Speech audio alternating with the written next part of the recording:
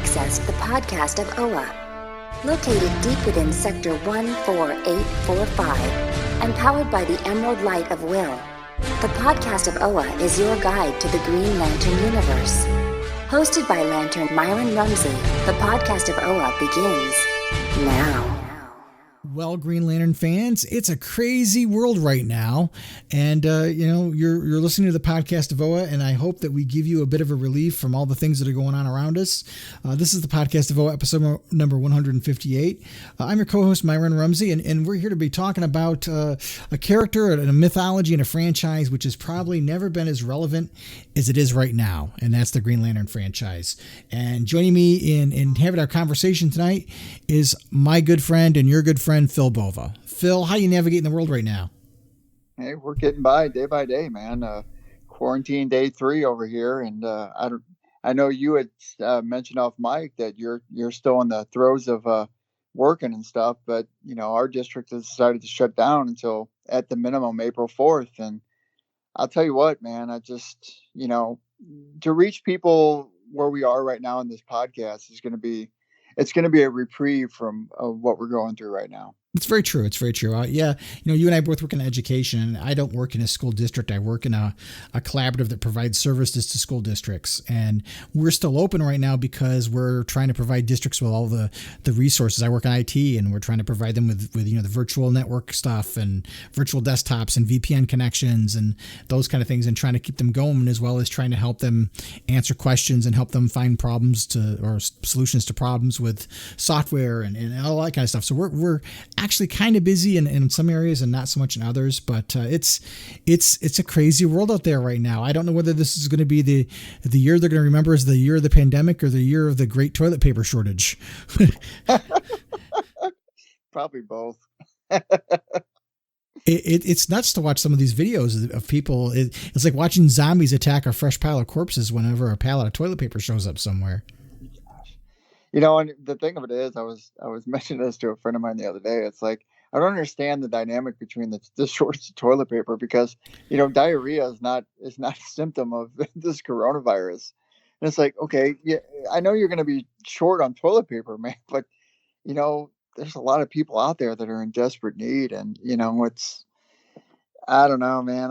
I can't wrap my brain around this. And I think just about every person out there in this world that we're even going to reach by ears probably can't wrap their head around this whole issue either. Yep. So no matter where you guys are, guys and gals out there listening are, I hope this podcast finds you in good health and in good spirits. And, we've talked about in episodes past of this show how Green Lantern is a very inspirational character. And, we live in a time where there's a lot of fear mongering, and there's a lot of just a lot of fear in the general population. And, if I can offer any words of inspiration to people, it's that, we're going to get through all this, and we just have to not succumb to that fear and find it in ourselves to overcome this and deal with it as humanely as possible, and not be one of those people that are hoarding toilet paper. And, all will be well. It will. It will. I mean, it'll take some time, and this is an unprecedented circumstance just about from anybody from wherever they are on this planet. It's like, they need to understand that take care of each other. Come on. I mean, we're humans. We're all inhabiting the same space. And not only that, this whole situation is beyond politics. It's beyond differences. It's beyond race. It's beyond creed. We need to understand that and comfort each other and be there for one another. Absolutely. So with that said, this episode, we're going to be talking about Green Lantern Season 2, Number 2. And we've also got a couple pieces of listener feedback. And before we get into all that, there is some DC Green Lantern stuff going on out there exclusive to those things. And so I thought we'd take a few minutes to talk about those kind of things. One of the things coming up is World's Finest, the collection. Their spring box theme is Heroes and Villains. And one of the things they've mentioned is that both the Green Lantern and the Sinestro Corps are included in the next box. I don't know what's going to be the Green Lantern Sinestro Corps related item. So far, they've only released one teaser, and that is a Joker Batman t-shirt that you can reverse. So you can wear one side where Batman is on top, and then you can invert the shirt, fold ticket inside out, and then you have Joker on top. So that's one of the items that's going to be in the box. So the t-shirt's kind of spoken for. I don't know what the Green Lantern item is going to be. I will be following it rather closely, and follow the blog of OA if you're not already doing so. I'll be putting news stories up there as things leak. And there's a link there to click on and buy the box if you're interested in it. And part of, full disclosure, if you do so from our site, a part of the proceeds from your purchase will come back to us, which will help us offset the cost of podcast hosting and web hosting and all that good stuff. So not a moneymaker, but at least it tries to minimize the debt a little bit. So appreciate that if anybody does. The other big thing is that the June DC Comics solicitations recently came out, and missing among the solicitations was the Generation 2 prestige format book that was going to be the next phase of 5G. And so everybody, of course, was questioning, well, geez, where did it go? And, the rumors and what little facts are kind of being leaked out here and there is that 5G is kind of being reworked a little bit. So there's a lot of work going on at DC right now to reshuffle some things. So we'll see how Dan Didio's departure and their changes and tweaks to 5G plays out in the long haul.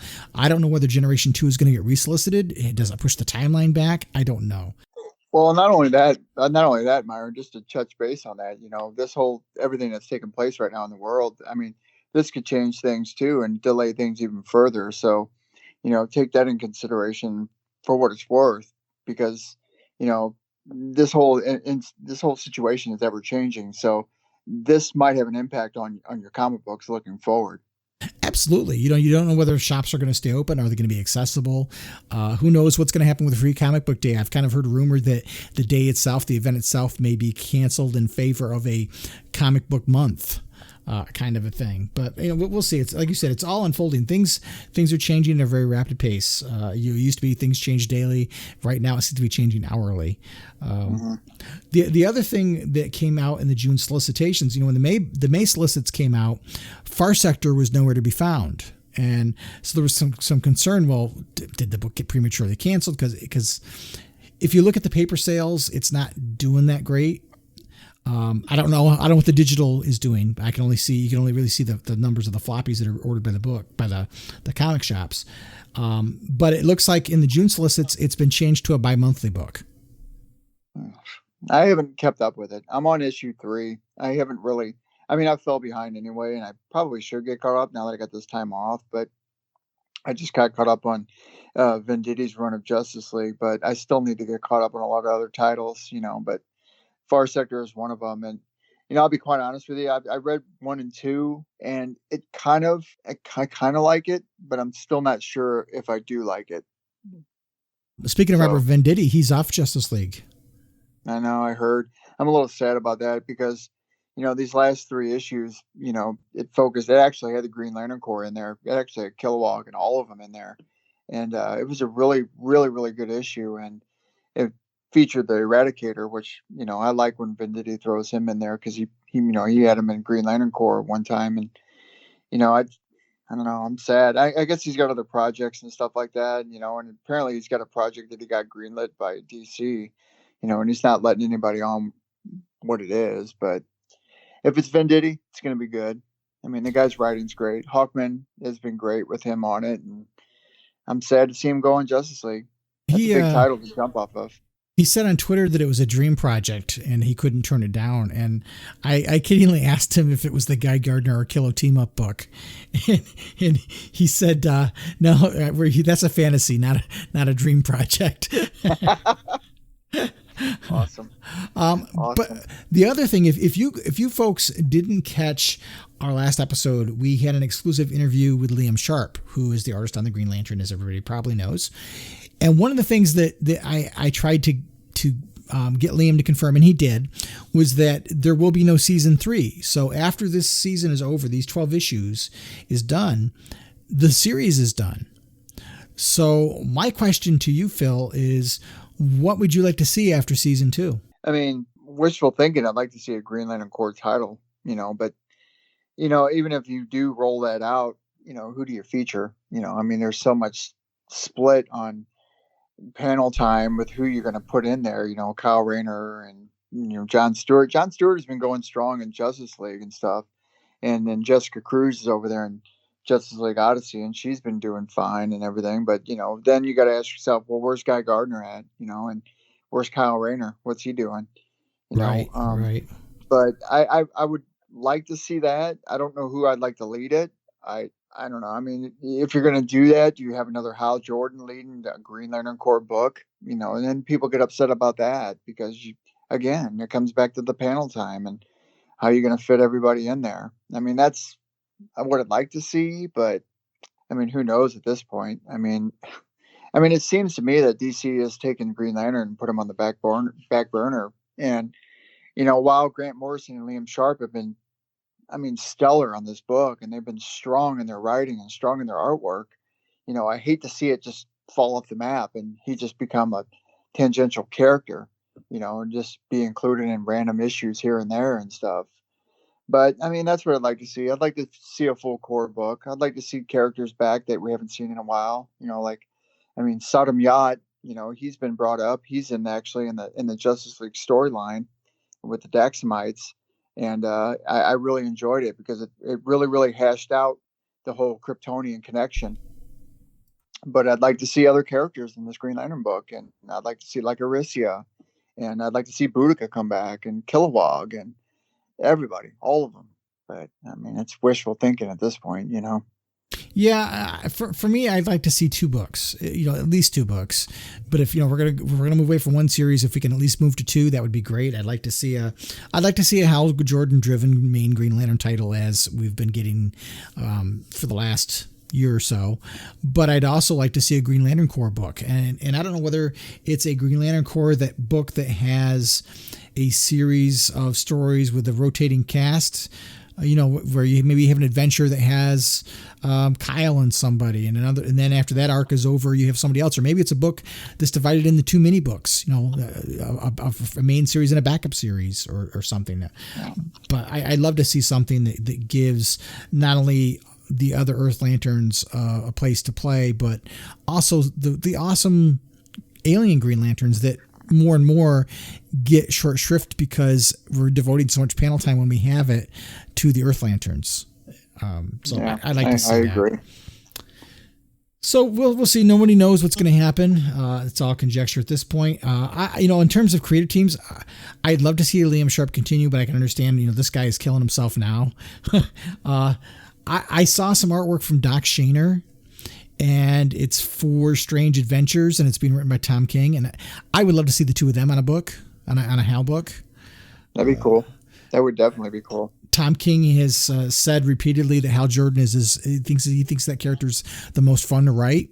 And Doc Shaner seems to have an affinity for it. There's an absolutely beautiful picture I saw that Doc Shaner posted of Hal with a jet plane in the background, and he has Tom Kalmaku and Carol Ferris next to him. He's in the middle between the 2 of them. And it was such a great, great retro looking picture of, it looked like somebody had taken a snapshot back in the day kind of thing. That's very cool.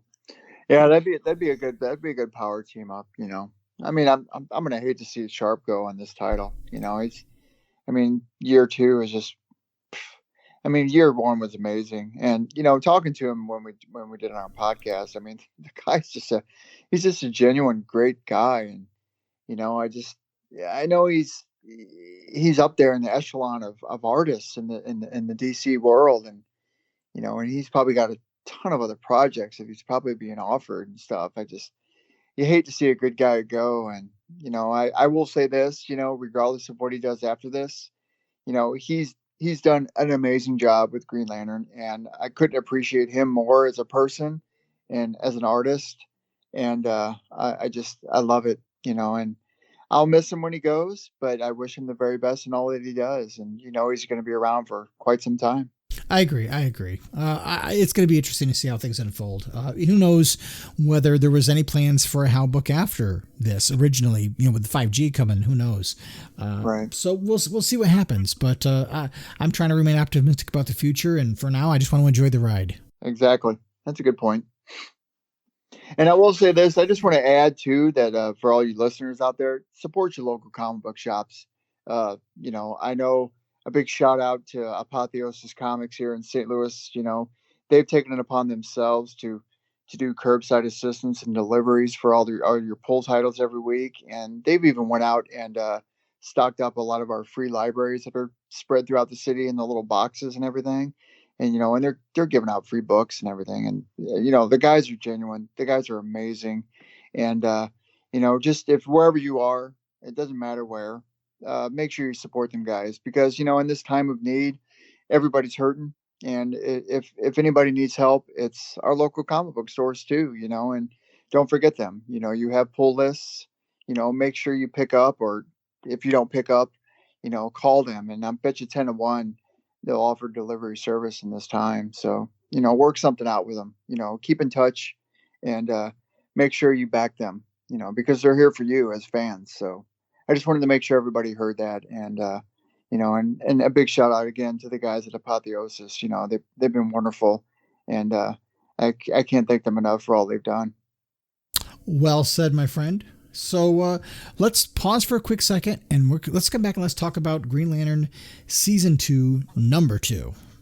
Awesome. Looking forward to it.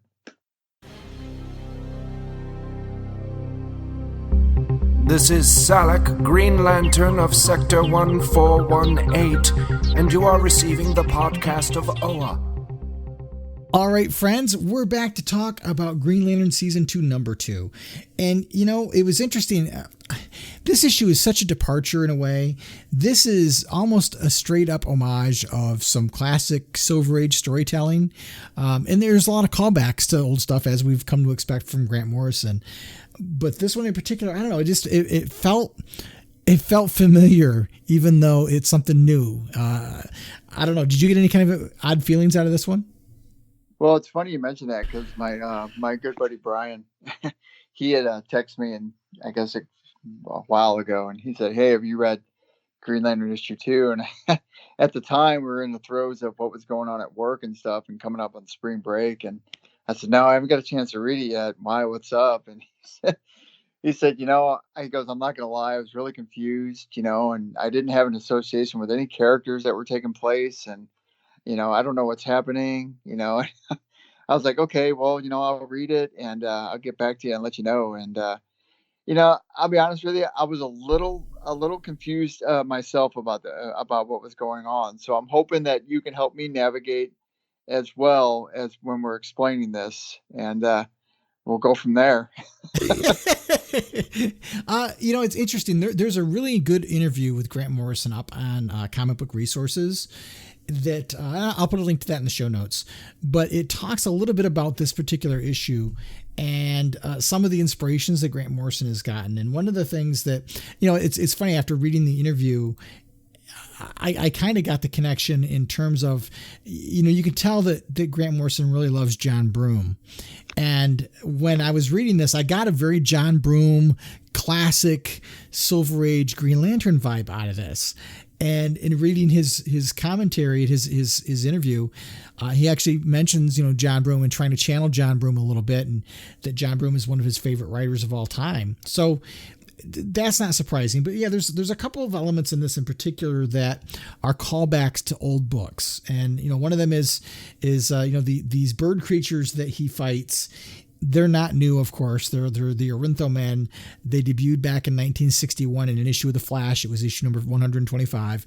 Wally West goes time traveling, and he goes back eons ago in Earth's ancient history and encounters these beings. And now we're seeing these beings as if they've been trapped in the Earth, in a little underground city, and they've been unearthed by Eve Dormus's father.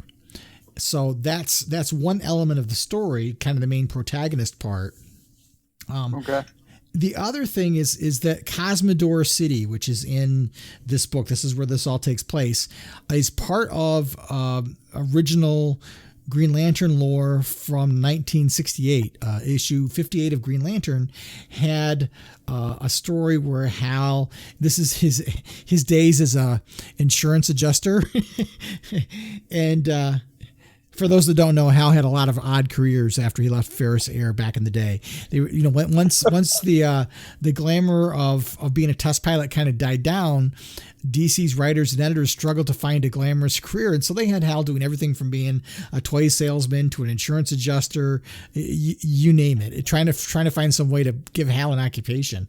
And in this particular issue, Hal goes to Cosmidor City, and he ends up meeting Eve Dormus. So that's kind of their origin story, in a sense. And at the time, Hal had just broken up with Carol, and Eve is kind of the rebound girl, if you will.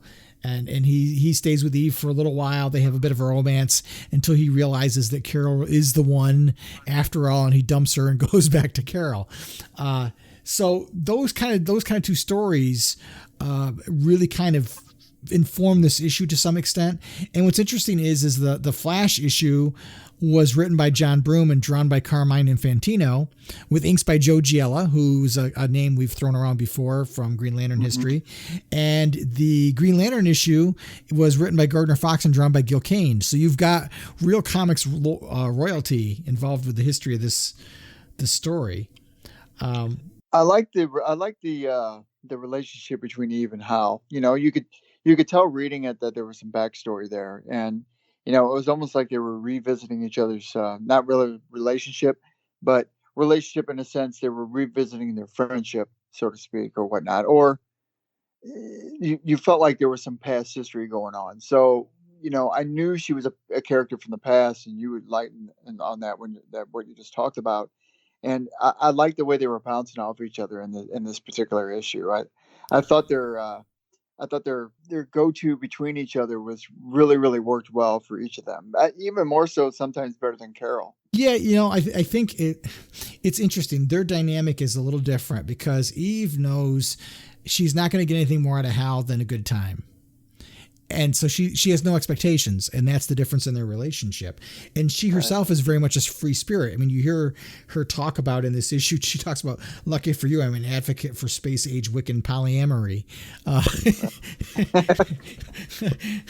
So, she's here for a good time, not a long time, I guess is the best way to phrase it. And that fits Hal's, needs for right now. He's not looking for a relationship. And, basically in this story, and for those that don't remember, Eve was the character that Hal is with in the very first issue of season 1, when Hal's in the desert and he goes, this woman's house, same person, for those that may not remember. So this is a call back to previous issues. But she basically enlists Hal in a professional capacity to help her with the disappearance of her father and a number of other people in Cosmidor City, which is in this retelling almost like a Westworld kind of a thing, only without the robots. Yeah. Futuristic kind of city, but yeah, you're right. I mean, it had a lot of callback to like Blade Runner kind of stuff, a little bit. And you have Eve showing him the only evidence is this giant bird feather. And of course, Hal's thinking, well, hey, alien, and so I think he's hoping that if he can find the solution to this puzzle, this might lead him to what his ultimate mission is on Earth, and then he can get off of Earth. And one thing I want to talk about too, back to that Comic Book Resources interview, they talk a little bit about Hal and his view on Earth, and from Grant's perspective, and I thought it was really kind of interesting. From Grant's perspective, he loves the people, he loves his family and so on, but it's hard for him after being out in space and seeing all these other planets that got it together to come to Earth and see this culture where we're at odds with each other and we can't get past our differences, and it makes him sad almost in a way to come back to Earth because he sees almost wasted potential. It's funny that you mentioned that because the whole entire issue, he felt like he makes you feel like he doesn't belong there.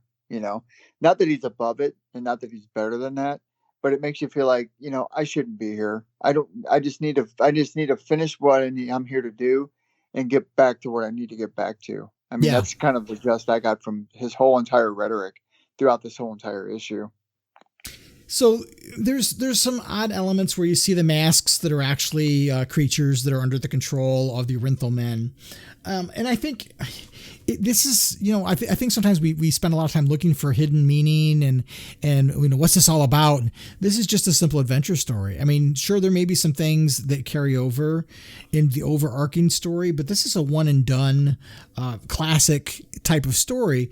The only thing that really threw me off was some of the dialogue, and they tried to explain that away with the energy beams coming off the Orinthal men. And to me, I don't know why that was even in there, because to me it made it more confusing than it needed to be. But that's just me. Yeah, I agree. It's funny because I got the gist of the relationship between him and his ring. And it's like, it seems like him and his ring have kind of developed this different type of relationship ever since Grant took over. And it seems to be talking to him more. It kind of reminds me a lot of Jarvis with Tony Stark in a way, or Sunday whenever Sunday came or whatever afterwards. But it kind of seems like that same kind of rhetoric between them two. And it's funny because Brian mentioned that the only thing that he really picked up on was and the only character he could relate to in this whole entire story was Power Ring, and obviously Hal Jordan's rhetoric between him and the ring that's talking to him.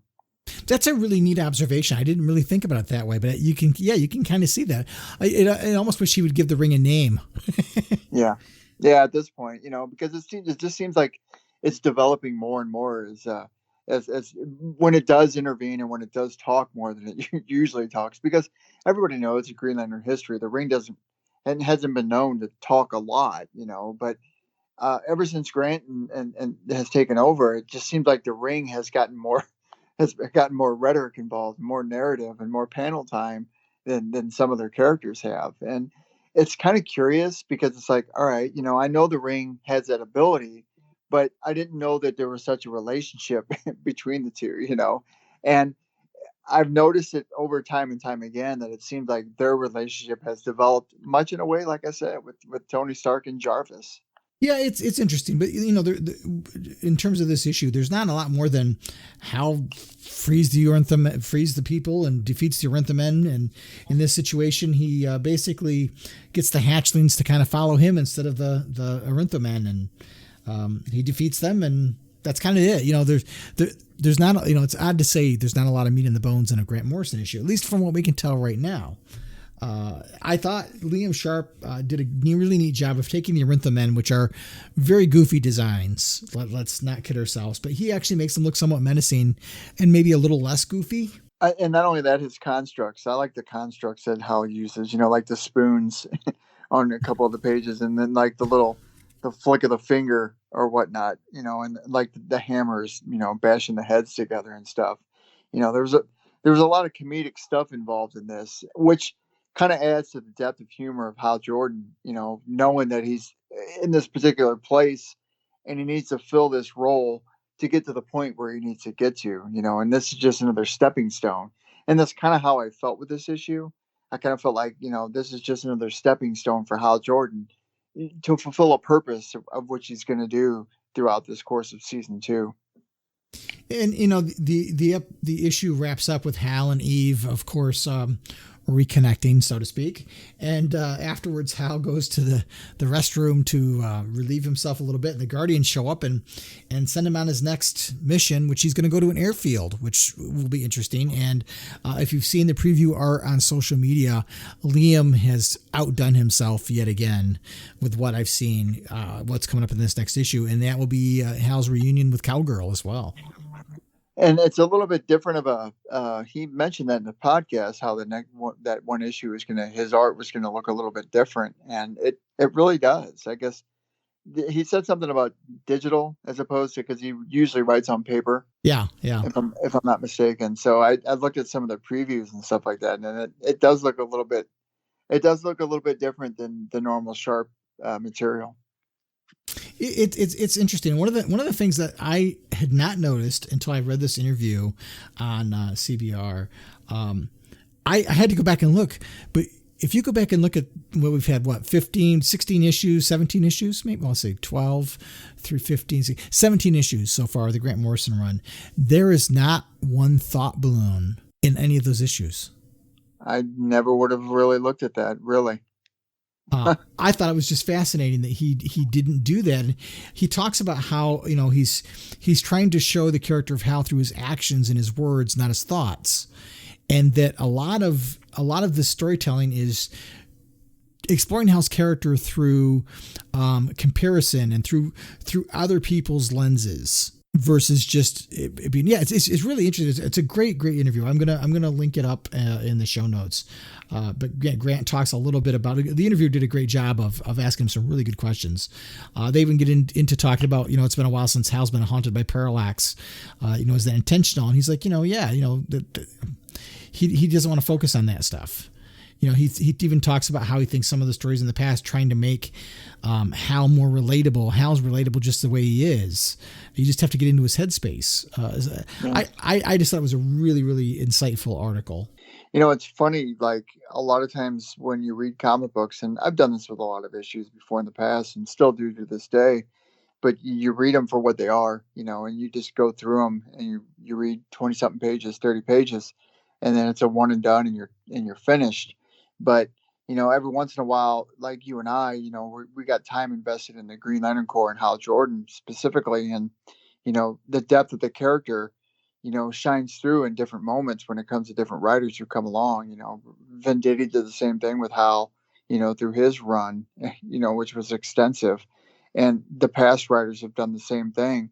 And focusing on Grant Morrison's writing in these particular issues, and while we were talking to Liam about it, Grant has taken it upon himself to up the ante for Hal Jordan and invest more depth into his meaning, into his purpose, as opposed to just a one and done shot, where, Hal's just doing this, Hal's just doing that, and what we've learned over the course of season 1 of Green Lantern, for every one issue that's released, and when Grant Morrison puts it out there, they're breadcrumbs because it's leading up to certain things that it all ties in.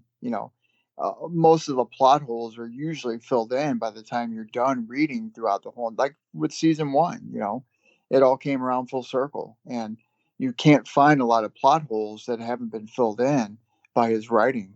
It's interesting. I think this is maybe the first time I read the issue. I'm like, did I miss something? Because this seemed like an awful easy one and done, not a whole lot of depth issue. And I went back and realized, that's what it is. Now, maybe there's elements that don't mean anything right now that are easy to overlook that become important later.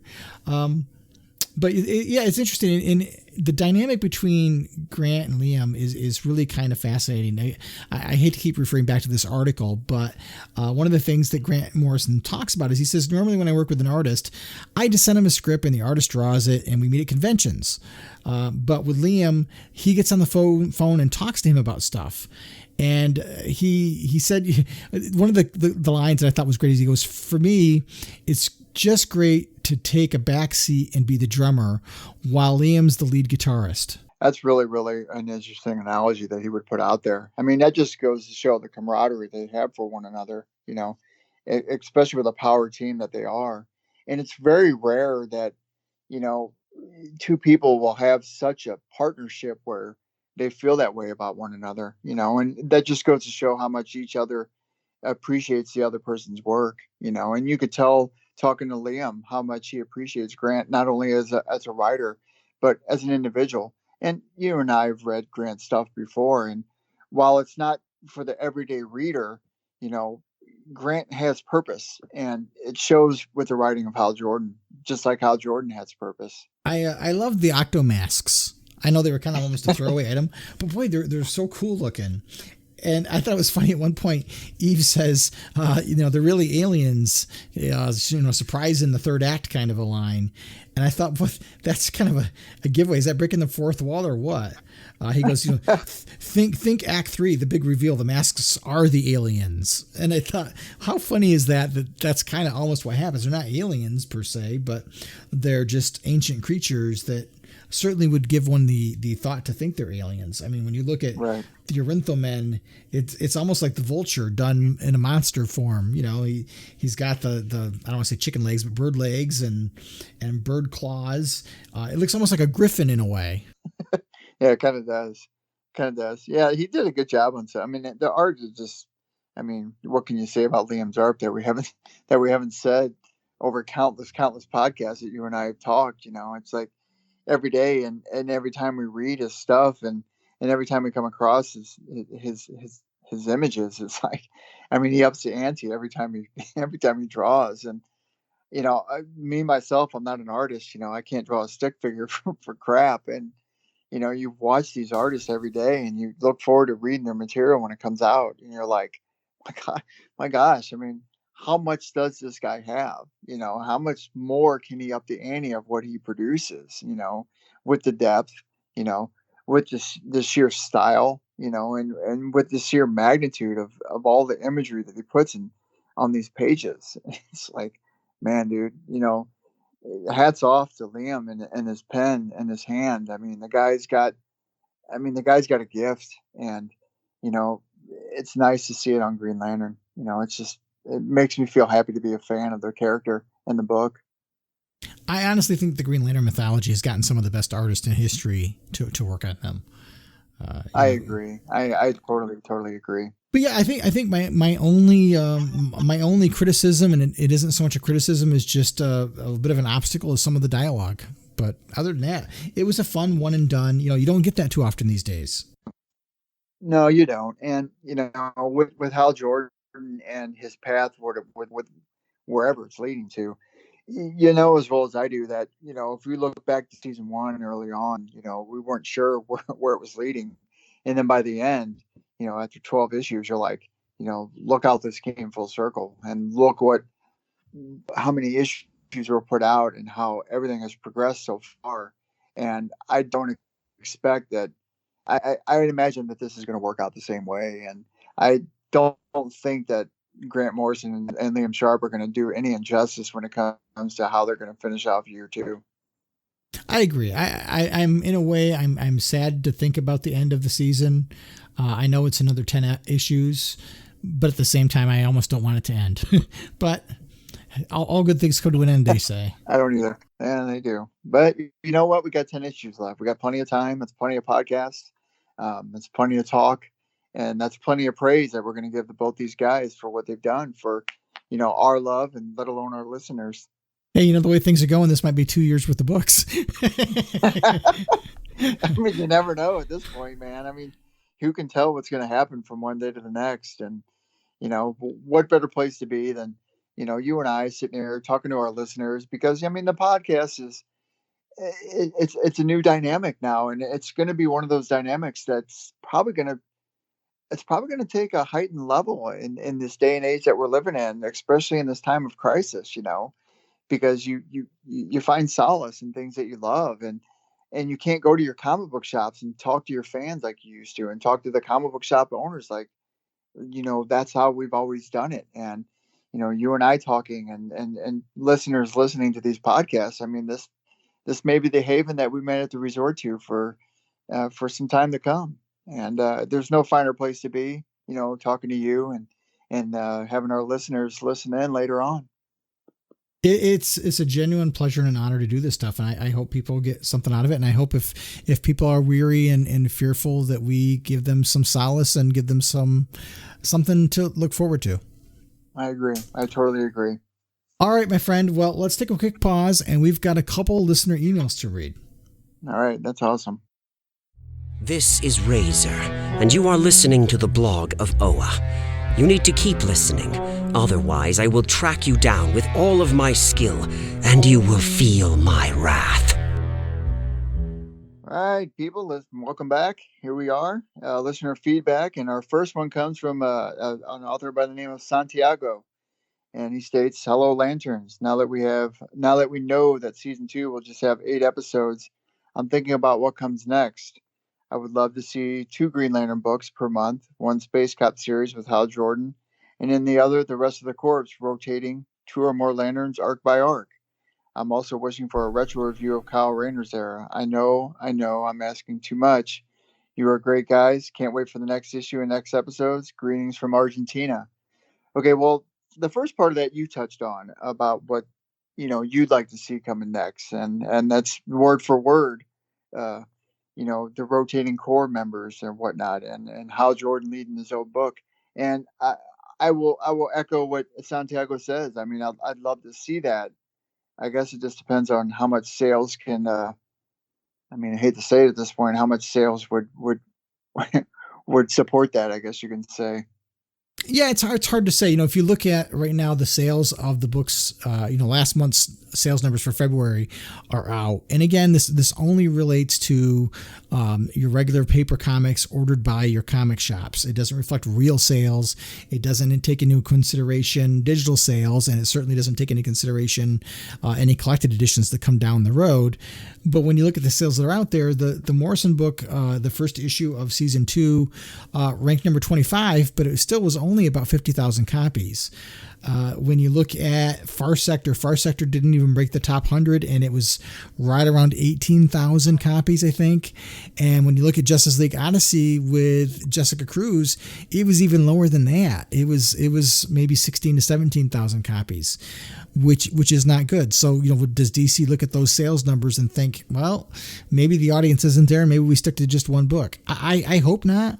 I really like Santiago. That's exactly what I want to see. I want to see a book with Hal, and then a book with the rest of the Corps rotating 2 or more lanterns per arc. And maybe that's not 2 Earth lanterns, maybe it's 2 alien lanterns, or it's anybody the Corps. I love to see the Corps get a bit more spotlight. Well, not only that, it kind of makes you wonder why they're doing Far Sector bi-monthly. It's like, I can kind of understand why Hal Jordan and why this issue doesn't do bi-monthly. I mean, let's be honest here, Grant Morrison and Liam Sharp to do a bi-monthly title at this point, I mean, they'd probably be working themselves to the bone. But I don't understand why they're moving Far Sector to a bi-monthly issue. The only thing I can think of is they're pushing the agenda for a different type of movement going forward with the Green Lantern universe. I don't know. That's just speculation. But it just kind of makes you wonder, if sales aren't that great with Far Sector, why would they be pivoting to that aspect? Yeah, I would think, I'd be thinking going bi-monthly would actually make the sales worse. But right. I don't know, are they spacing it out more so that the end of the book ties in with the launch of 5G, and, because of the plans changing over Dan Didio, they want more wiggle room? I don't know. We'll only know when things come out. And, Santiago obviously wrote this before it was announced that it went back to 12. So, we'll see what happens there. And I will say, Santiago, that, you bring up a good point. You're wishing for a retro review of Kyle Rayner era. I will double down on that. I will say the next retro review we do, I will do a Kyle Rayner one. I'll throw that on you, Phil, because I'll be honest, it wasn't my favorite era, and I don't have a lot of those books, so I will have to try to find a way to read them. I read some of them, and then I bailed. So to be quite honest, we all have our likes. And, that's right. That's right. I will help Santiago. I will help him out. I like Kyle Rayner to a certain degree. I mean, he came along in the 90s, and I was big into him. I still like the character. I still like a lot of his stuff, and I'll find something for him, and I will do a retro review for it. I will charge you with that one, Phil, because that one's on you. I'm trying not to be snarky right now. It's okay, man. We're allowed our snarkiness. I still have my vendetta against Simon Baz, which does anybody know where he's at? I mean, have you heard anything? I mean, nothing. Nothing. I know he was in the Dear Justice League book. I think he might have had a background shot in the Green Lantern Legacy thing. I'm not exactly sure if that's true there or not. I know he's got a Lego minifigure out, so he's not forgotten. Although maybe it was just they just needed a Green Lantern character that hadn't been done yet. I don't know. And you did see my picture I sent you in a text where I did order, just so fans are aware. I know Myron already knows. I did order a Simon Baz minifigure from Lego. However, I did decide to take his ring, and his battery and put it on my Hal Jordan. And I was joking with you that I thought maybe you might treat it like an ant with a magnifying glass and melt him down to slag the way. But I'm waiting for summertime for that to come. Well, Santiago, thanks for writing in from Argentina. We appreciate it, and we hope you enjoy what we're talking about. And Phil will make sure to do a retro review of Kyle Rayner's stuff because That's going to be on you, Boot. You do, dude. You're on that one. I got him covered. You got him covered. All right. Our next listener email is from David Dunn, and he is from the UK. So we're going international on our listener feedback in this episode. And David says, I'm writing to say a big thank you to the podcast of OA. I started listening after watching the Green Lantern movie, which I loved when I first saw it. I read Myron's story on the blog and other things he said about Hal Jordan, and it really resonates with me. Willpower and courage is a real power you can use in your own life when you need it, and Hal is a great role model for that. The podcast is brilliantly produced, and Myron, Bill, and Phil are not only knowledgeable but real gentlemen. He doesn't know us very well. I don't always engage that much on social media or the internet, but I felt I owed you guys a massive thanks for the last 9 years. I appreciate all your efforts. Keep up the good work, and thanks again. David, thank you so much. I really get energized when I read comments like this, just because we're Phil, you and I are on the ends of the microphones, and unless we hear from people that are out there, we don't even know if anybody's listening. Now I can go to the stats and find out, yes, people are listening, but does it make an impression? And so I really appreciate you telling me this, and I'm glad you found the story, my own background, something that resonates with you and Hal.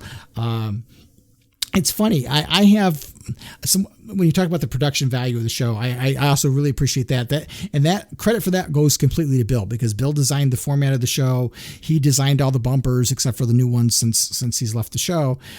He really kind of came up with the format of, let's try to keep it to about an hour and let's chunk it into pieces and that kind of stuff. And that's all of Bill's brilliant creativity going there. And I've been trying to live up to his standards since he left, and I now do the editing of the show, which I didn't do before. So I appreciate the fact that you acknowledge that. And one of the things that people don't see is that I don't just record the show and dump it out there. I go back and look for places where maybe I accidentally talk over Phil, or Phil accidentally talks over me, or there's a background pop, or you guys don't get dogs barking, or your dog's barking, or I think we had a siren in one episode, right, or the baby crying now that Clark's here. right, and for me, one of the side effects of my birth defect is I have a really awful cough. And Phil, I don't know whether I've coughed enough for you to hear it through the microphone. I try to cover it as much as I can, but it is a nasty cough. And so I try to edit that out when it happens. But it's I'll be honest with you, man. I've never really heard it.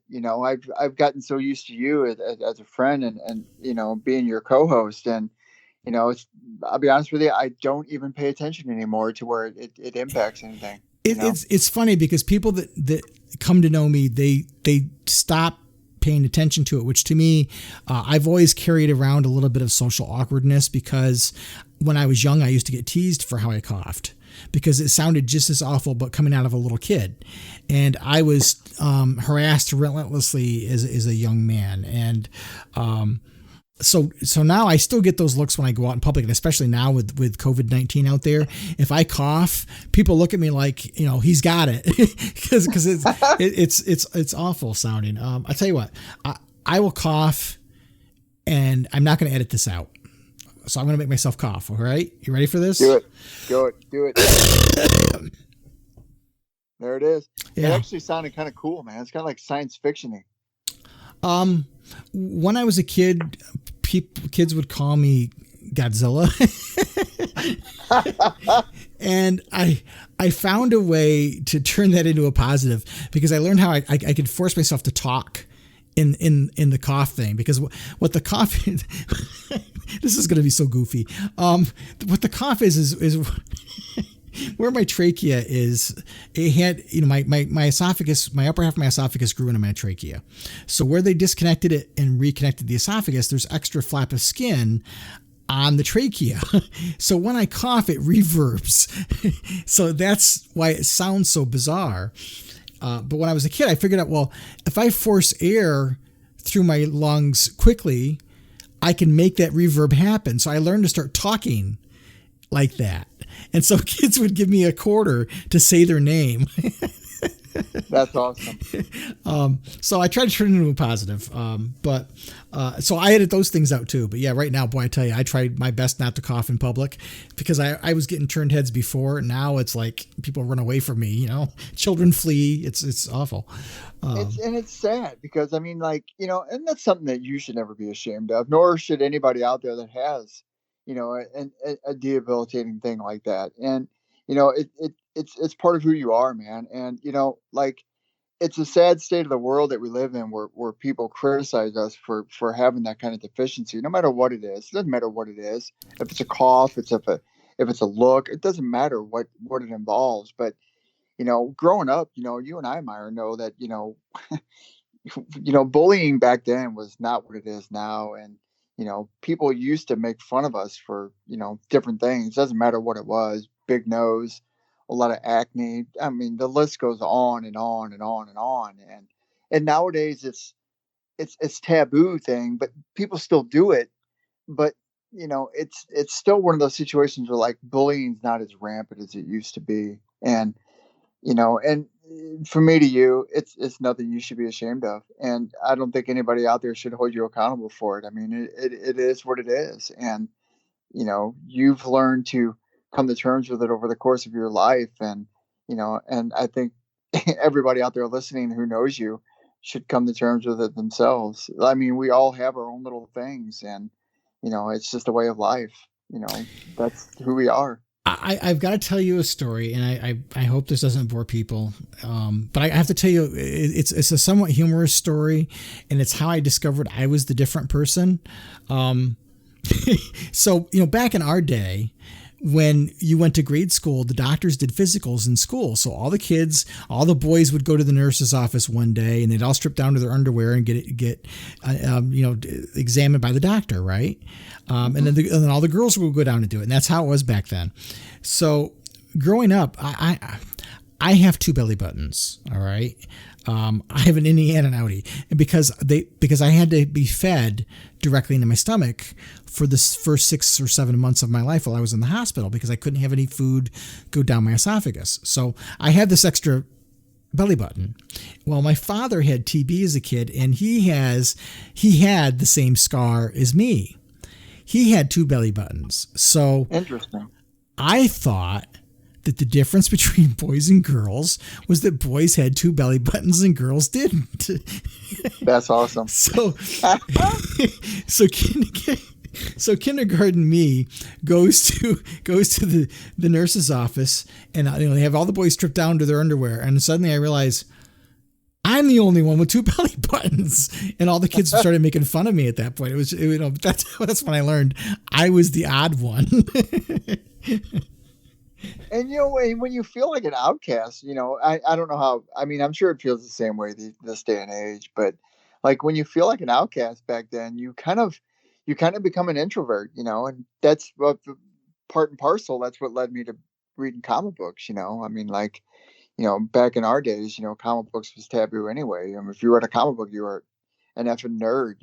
You were looked down upon. You were like insignificant. You were an idiot. You were dumb because you were reading these children's books or whatnot. And of course that pendulum has switched considerably over the course of our generations. And it's nice to see that it's on the other end of that spectrum these days. But you're right. I mean, back then people were made fun of, and then you had to go above and beyond to try to hide those insecurities and stuff. It was hard, man. Right. It was really hard. Yeah, you're very, very true. And David, brings up a really good point. Willpower and courage is a real power that you can use in your own life. And for me, that's what it was. And we live in a time right now where there are a lot of people that are out there that are afraid. And one of the things I've always said is if you could give a little kid a power ring who struggles with being different or is fearful, that can empower that kid in such a way that will give them a way to deal with what they're going through. I've those Green Lantern rings that the DC Comics gave out during Blackest Night. I bought a couple bags of those, and there for a while when I would go out in public, I would wear like a Green Lantern shirt or whatever, and I'd carry a couple of those rings with me. And if kids pointed out and said, "Oh, look, there's Green Lantern," or they recognized it, I would walk over and give them the ring. As long as their parents said it was okay, I'd walk over and give them the ring, and I'd teach them the oath. And I would say whenever you're afraid of really something, remember this ring, and remember, you wear this ring, nothing can defeat you. You can overcome whatever you're afraid of, whether it's lightning or whatever, and to me, that's a sense of empowerment. Sure, exactly. I think that's why Green Lantern is such a great metaphor for our own ability to overcome what holds us back, no matter what it is, whether it's physical, mental, emotional, whatever. We all have that courage and strength within us. It's just trying to find it. That's the challenge, right? Right. And seeing past other people, the biggest issue is like other people's, like whenever they do pass judgment, it's never easy to be judged, and nobody likes being judged, but less those that, you can judge them for the same, for their own things, but the main point is you don't, you got to look past that. You got to have the willpower to see beyond people that want to impose that type of judgment on you. And, I've learned that over the course of years, and it takes a while, and it's not easy. I mean, because the world is a hard world, and, case in point, look what we're living in now. But in retrospect, look at it like this, right now we're living in a time where we have to rely on other people. We have to rely on others to get us by. I was looking forward to doing this podcast with you tonight, Myron, because, me and my wife and my child and our 2 dogs and 2 cats, sure, I have my friends that I text every now and then, but you can't exactly just go out and hang out at a bar anymore and talk to people. And you can't, go up to your local comic book shop and sit around with all your fans, 20, 30 of them, whatever the case may be, and play games. This is a time where I think when we come out of this, hopefully we'll be better people because of it.